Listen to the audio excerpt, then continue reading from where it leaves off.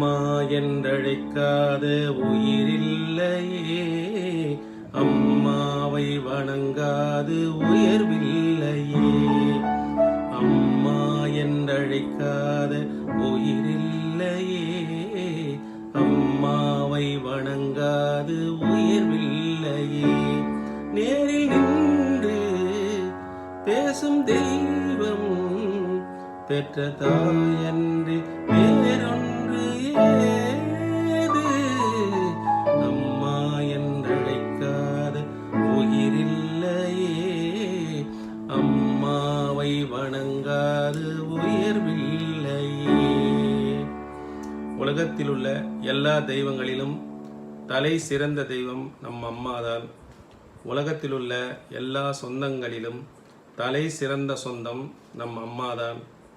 உலகத்தில் உள்ள எல்லா அன்னையர்களுக்கும்